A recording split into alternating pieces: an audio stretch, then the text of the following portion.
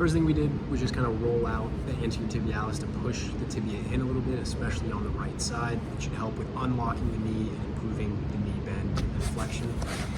So you'll just take the foam roller, you'll sit it kind of on this lateral shin to push the shin bone inwards, and I'll kind of point my toe in as well. And I'm just going to pressurize that as much as I can, maybe spend 30 or so seconds rolling it up and down to get that mechanic a little bit restored.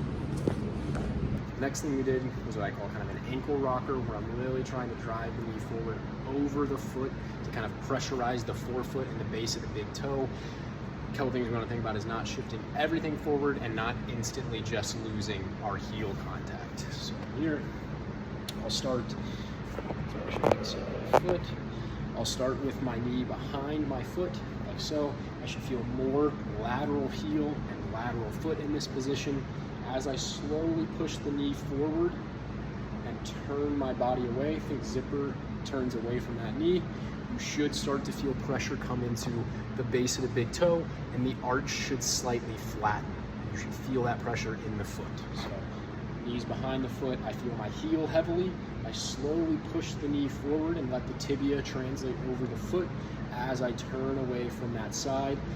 The biggest thing for you especially will be that the knee doesn't collapse in with it. We kind of control the knee translating forward and still get the medial foot. So I feel my heel, I push the knee forward and turn my body away. My knee is not collapsing inwards like this. If I get it right, you should feel a little bit of lateral hip kicking on as you start to pressurize that base of the big toe. Really be meticulous a little bit with that one. So it should be heel, knee behind, knee pushes forward. I feel more pressure coming to the base of the big toe.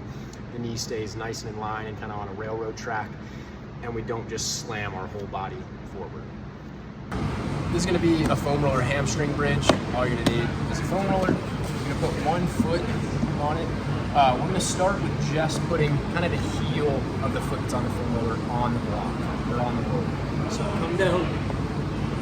I'm going to get close to my knee being locked out, but not all the way. So I'm not all the way here. My knee's just keeping a little bit of bend in it.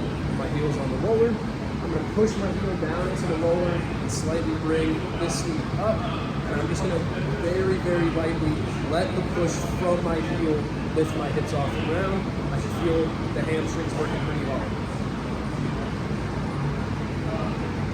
If you want, you can add on to it by kind of holding on to the opposite knee and getting aggressive from there. So really easy inhale. Long, slow exhale, like you feel like your ribs come down and you get some ab tension.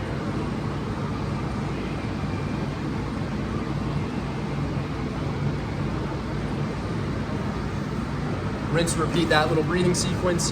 With the really long exhale, you should start feeling the abs and you'll start feeling the hamstring work harder. I would do 5 to 8 breaths.